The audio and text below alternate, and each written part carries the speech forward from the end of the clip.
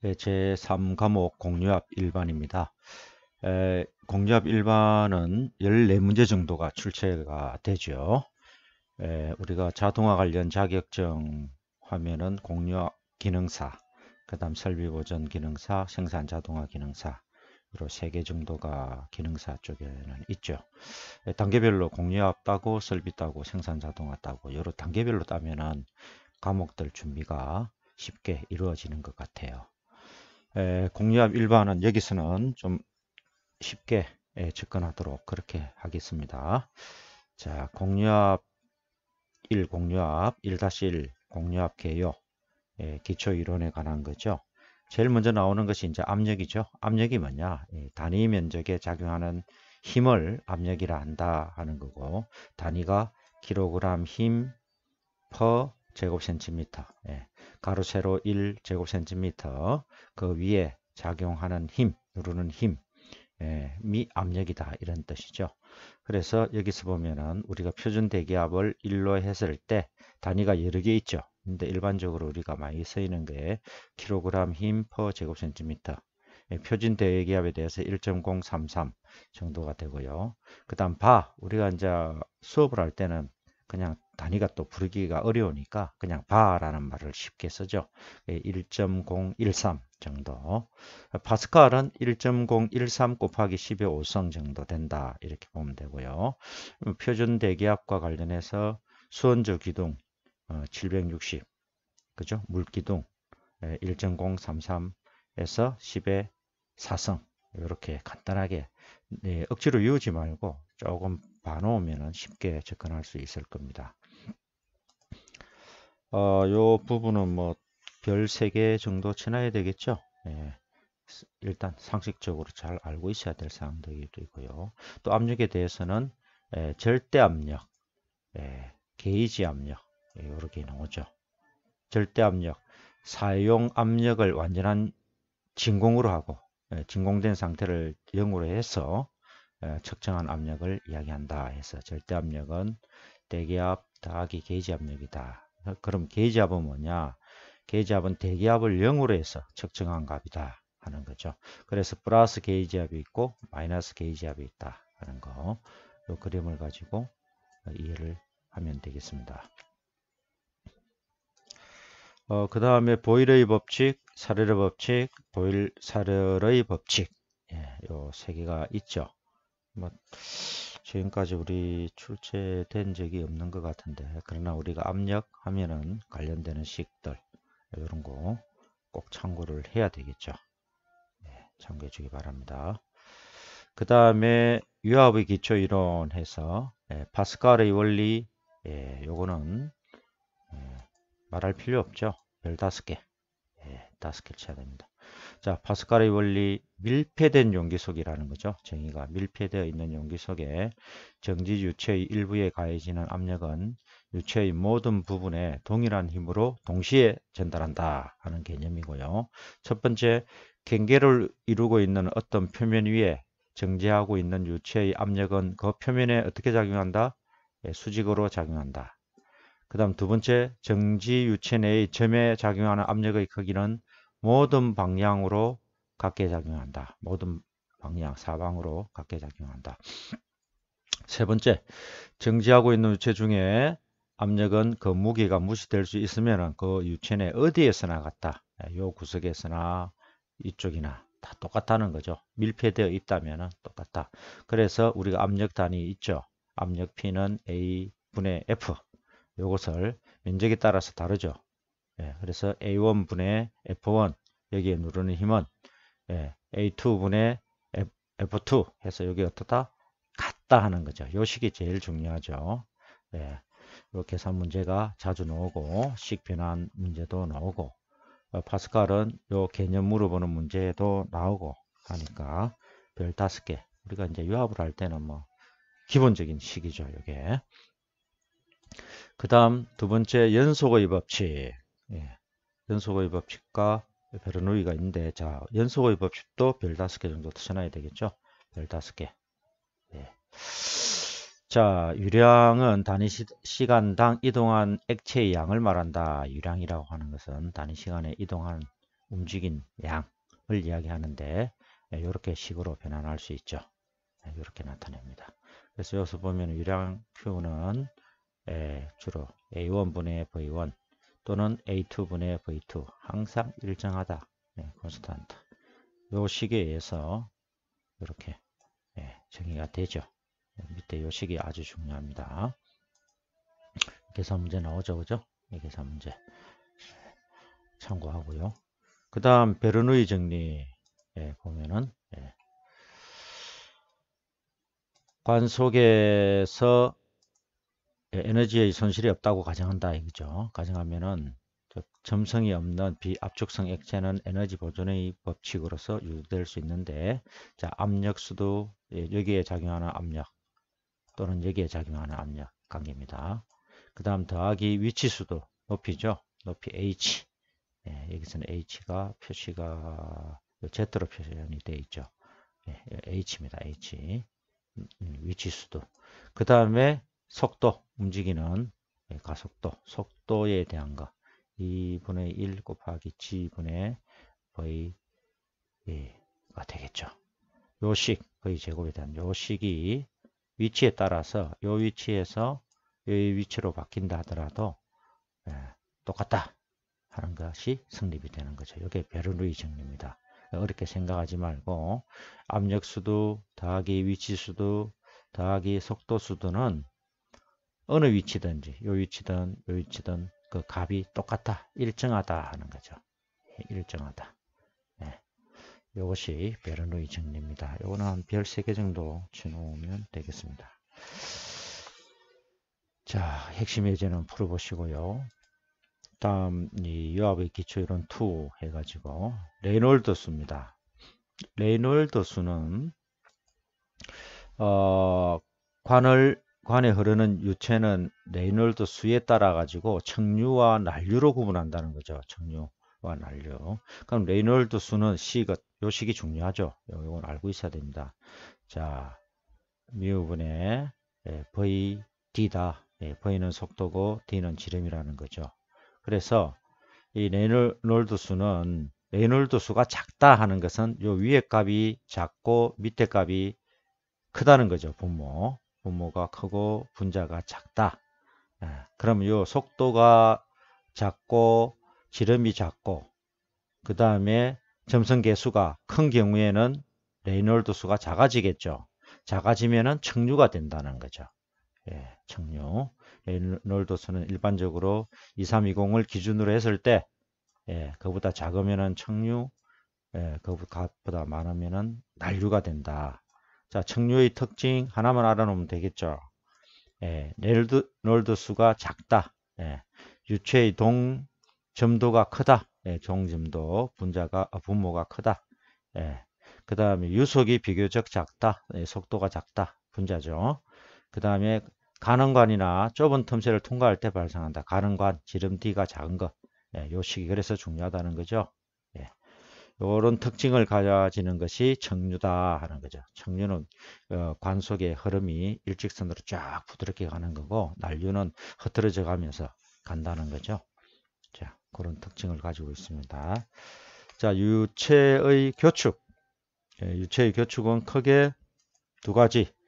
오리피스와 초크가 있죠. 오리피스 요거 별 쳐놔야 되겠죠. 나머지 내용들도 자주 나오는데 더 많이 나온 별을 쳐라 하는 것은 너무나 자주 나온다 하는 거죠. 자, 오리피스의 개념, 갈로 단면적을 줄인 길이가 면적을 줄인 길이가 단면 치수에 비해 짧은 경우에 교축이란다. 이때는 압력 강화는 액체의 점도에 영향을 받지 않는다. 초크는 반대가 되겠죠. 갈로의 단면적을 줄인 길이가 단면 치수에 비해서 긴 경우 기호 잘 붙여, 기호도 잘 나오죠. 여기 오리피스, 요것은 초크. 서로 반대되는 개념입니다. 그죠? 그래서 요거 자꾸 헷갈린다 그러는데 헷갈리지 말고 요거 단면 치수에 비해서 짧은 경우, 이 기호도 짧잖아요. 그죠? 짧게 돼 있다. 초크는 길게 돼 있다. 초크가 이제 글자가 작으니까 짧게 돼 있는 것처럼 생각하는데 아니다. 길다 하는 거 헷갈리지 않도록 해주기 바랍니다. 그 다음 캐비테이션 현상, 요거는 뭐 말할 필요 없죠. 예, 유압에서는 뭐 캐비테이션 별 5개 굉장히 중요하죠. 예, 액체가 국부적으로 압력이 낮아 진공 상태가 되면은 용해된 공기가 기포가 되어 터진다는 거죠. 없던 공기가 터지는 거죠. 생겨가지고 터진다. 이때 소음과 진동을 발생시키는 현상을 캐비테이션 현상이라 한다 하는 거죠. 그래서 캐비테이션 발생 원인은 뭐 펌프를 규정속도 이상으로 고속회전을 시켰을 경우, 허비 필터가 막혀 있거나 유온이 상승한 경우, 가부하가 발생 또는 급격한 유로를 차단했을 때, 패킹부에 공기가 흡입됐을 때 이렇게 발생이 된다는 거죠. 그래서 요 원인이 있고, 방지 대책, 펌프 흡입관의 길이를 짧게 하고 직경을 크게 한다 하는 거죠. 그 다음에 관의 저항을 적게 하기 위해서 설계한다. 요렇게 짧게 하고 길이를 짧게 하고 직경을 크게 하면은 저항이 작아지는 거죠. 그죠? 흡입관 안의 평균 유속을 3.5m/s 이하로 되도록 작업을 하는 게 좋다 하는 거죠. 펌프의 회전수를 낮게 하고 공기 흡입을 차단한다. 방지 대책 이런 것도 잘 나오죠. 별 5개입니다. 굉장히 자주 나온다 하는 거죠. 그 다음 공합장치의 구성입니다.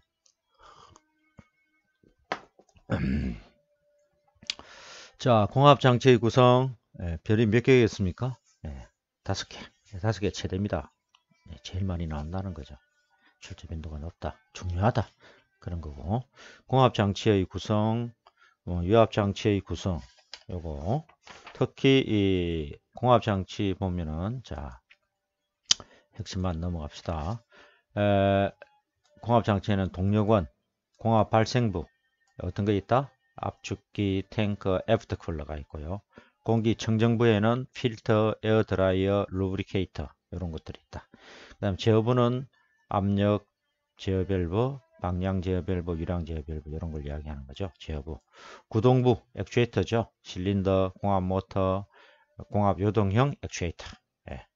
요게 이제 정리가 안 돼 있으면은 여러분들이 나중에 들어가서 액추에이터에 있어 가지고 펌프 유압하고 공합하고 막 헷갈리는 게 많더라고요.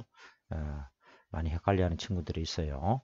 그래서 여기 공합 모터 보세요. 모터 액추에이터입니다. 컴프레셔는 어디 있죠? 기호를 가지고도 하면 또 막 헷갈려 하니까 기호도 정확하게 잘 알고 있어야 돼요.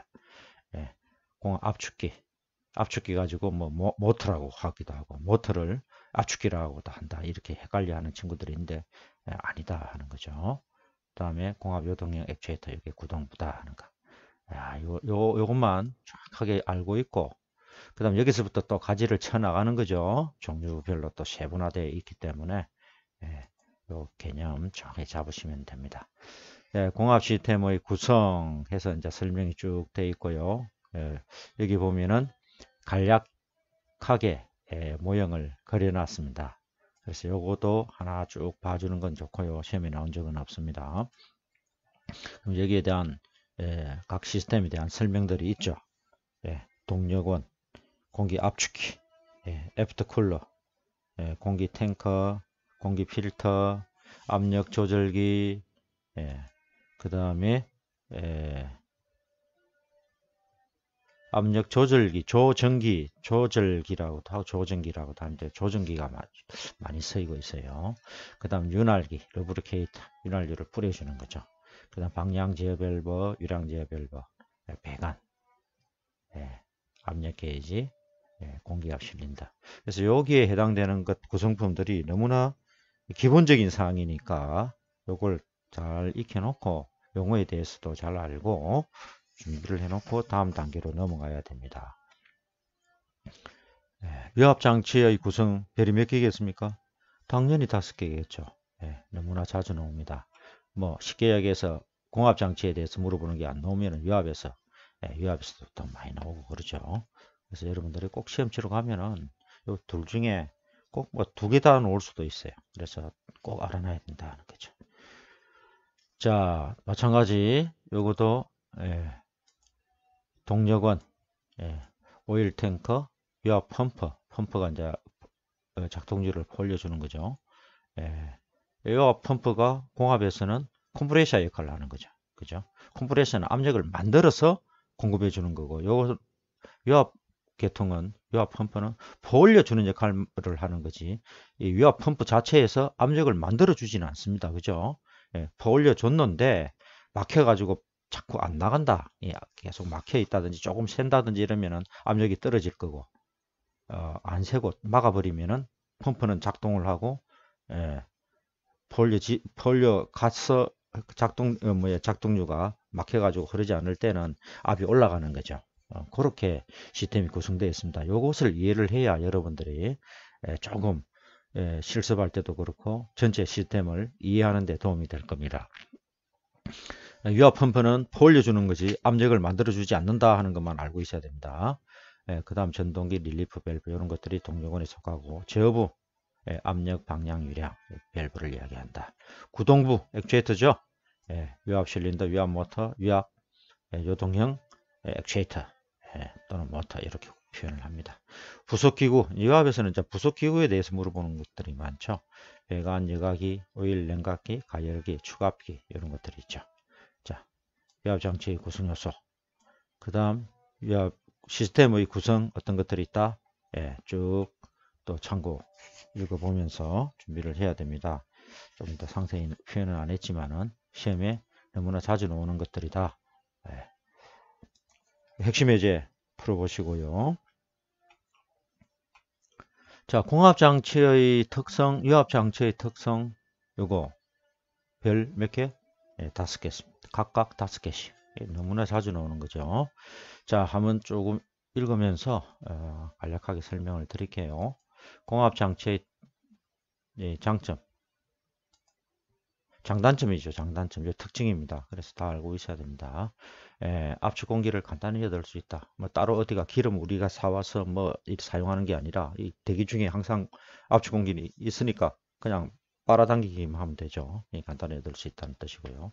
힘의 증폭이 용이하다. 압축을 쉽게 할 수 있다는 거고, 힘의 전달이 어떤 형태로든 전달 가능하다. 관만 있으면 전달이 되는 거죠. 2km까지 가능하다고 돼 있어요. 작업 속도 변경이 가능하며 제어가 간단하다. 그 다음 취급이 간단하다.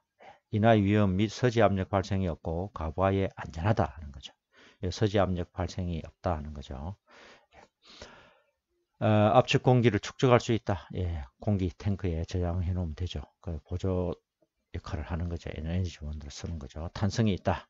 더 이상 탄성이 있기 때문에 이 유압하고 다른 점이 이거죠. 유압은 비압축성이죠. 탄성이 없죠. 그죠? 탄성이 있다고는 표현을 안 합니다. 유압은. 그래서 여기 공압은 탄성이 있다. 그래서 여기 탄성이 있으니까 쿠션 역할을 하는 거죠. 그래서 완충작용과 공기 스프링 역할을 한다 하는 거죠. 자, 단점. 큰 힘을 얻을 수 없다.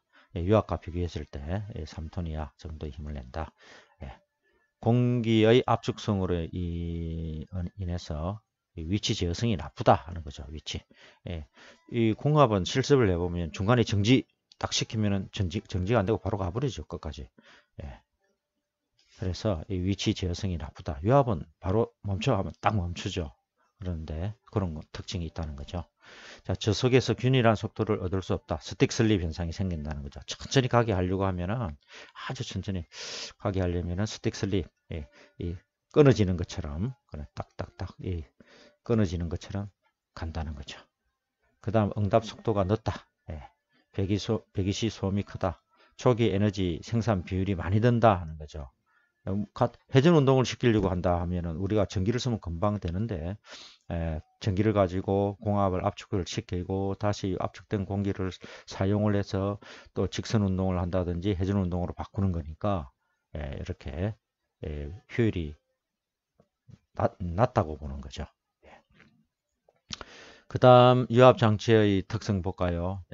소형 장치로 큰 출력을 얻을 수 있다. 작업 때마다 조그마한 밑에 펌프가 하나씩 달려 있죠. 소형 장치로 큰 출력을 얻는다. 무단 변속이 가능하고 원격 제어가 된다 하는 거죠. 원격 제어. 자, 정숙관 운전과 반전 및 열 방출성이 우수하다. 힘을 만들어내는 것에 비해서 운전이 정숙하다. 시스템이 움직이는 게 보면 아주 부드럽게 움직여진다 하는 거죠. 그 다음 윤활성 및 방청성이 우수하다. 작동률을 쓰니까 윤활성 따로 윤활유를 쓰지 않죠. 윤활성과 방청성이 우수하다. 가부하시 안전장치가 간단하다. 릴리프 밸브를 달아놓는다든지 하면 안전하죠. 전기 전자의 조합으로 자동 제어가 가능하다. 그 다음 유압장치의 단점. 유온의 변화에 액추에이터 속도가 변화할 수 있다. 자, 이게 가장 중요하죠. 시험에 많이 나오죠 또. 작동류, 즉 이 유압은 온도에 민감하다는 거죠. 온도. 그래서 가열기가 있고 냉각기가 있다는 거죠. 적당한 온도를 유지를 시켜주기 위해서 그런 거죠. 그 다음에 오일의 기포가 섞여 작동이 불량할 수 있다. 이 캐비테이션 현상이 생기는 거죠. 기포가 생긴다는 거는. 그 다음 인화위험이 있다. 저 기름이니까 그렇게 큰 인화위험은 없는데 일단 기름이라고 하는 거는 일단 일정한 인화점이 되면 불이 붙는 거니까 조심해야 된다.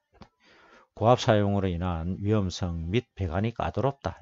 고압을 사용해서 뭐 위에는 안전하다라고 되어 있지만 그래도 공압에 비해서 10배의 압력을 쓰는 거죠. 그래서 위험성 및 배관이 까다롭다. 이렇게 보면 되겠습니다. 고압에 의한 기름 누설의 우려가 있다. 기름이 많이 새죠. 여러분들이 오래 쓰다 보면 새는데 잘못 사용해서 그런 겁니다. 그 보면은 제대로 배운 학생들 보면은 기름이 잘 안 새요. 안 새고 기기가 잘 운영이 되고 있는데 잘못 사용하고 잘못 배운 친구들은 이상하게 그 장비를 쓰는 거 보면은 기름이 많이 새더라고요. 자, 그 다음에 장치마다 동력원이 필요하다. 이 펌프가 필요하다는 거죠. 작업 때마다 펌프가 하나씩 있어야 되는 거죠. 그렇습니다. 자, 요런 장단점이 있으니까 요런 별 5개 꼭 쳐놓고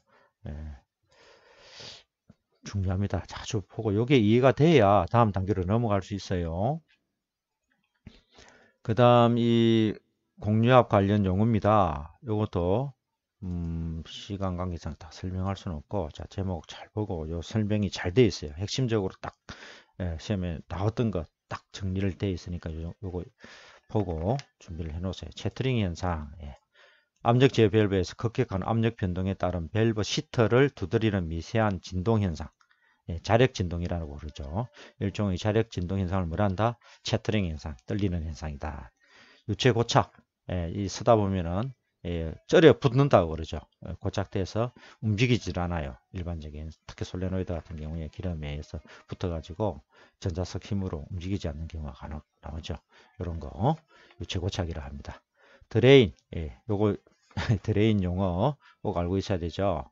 대기 중의 수증기가 온도 상승과 하강에 의해서 변하게 되고 특히 온도 강화가 현재하면 수증기의 응축이 시작되어 드레인이 발생한다. 응축수 물방울 그런 거를 드레인 하는데 일반적으로 여기서 우리가 공압에서나 유압에서 이야기할 때는 불순물을 이야기한다. 이렇게 보면 되겠습니다. 그래서 드레인 배출구 하면 불순물 배출구 이렇게 되는 거죠. 그 다음 서지압력 가도적으로 발생된 이상압력을 이야기한다 하는 거죠. 그 다음 크랭킹 크랭킹 압력이라고 하는 것은 밸브가 열리기 시작하면서 입구 측 압력이 상승하여 밸브가 열리기 시작하여 일정한 압력이 안정될 때의 압력 열리기 시작해서 흐름이 안정적으로 될 때의 압력을 크랭킹 압력이라고 한다는 거죠. 전량 압력이라고 하는 그 풀이니까 완전히 열렸을 때 흐르는 최대 유량의 압력을 이야기하는 거고요. 압력 오버라이드라고 하는 것은 크랭킹 압력과 전량 압력의 차이를 이야기한다 하는 거고. 자, 벤츄리 원리. 자, 요게 이 일정한 압력으로 흐르고 있을 때 유체가 그 좁은 간에서 간이 좁아지면은 공기의 속도가 빨라지고 압력은 어떻게 된다? 낮아진다는 거죠. 그래서 여기서 옆에 이 낮아진 곳에서의 액체가 빨리 올라오는 거죠. 빨리 올라서 이 분무가 되는 건데 우리가 이제 스플레이 현상 전부 다 벤츄리 원리를 이용해서 쓰고 있는 거죠. 그 다음에 기타에서 배압, 전압, 맥동 이런 거. 배압이라고 하는 것은 출구측 즉 반대쪽의 압력 배압을 걸어준다. 이거 의유압에서는 많이 쓰이죠. 배압이란 용어. 자, 전압, 유체의 정압과 동압의 합이다. 해가지고 토탈 압력, 전압. 맥동, 암적의 시간에 대해서 방향이 변하지 않고 크기만 변하는 거, 이 떨리는 현상, 우리 맥박 같은 거 이런 것을 이야기한다 이렇게 보면 됩니다. 예, 맥동. 그래서 여기에 관계되는 공략 관련 기본적인 용어들이 나와 있고 이런 것들이 물어보는 문제가 간간히 나옵니다. 그래서 참고해 주길 바래요.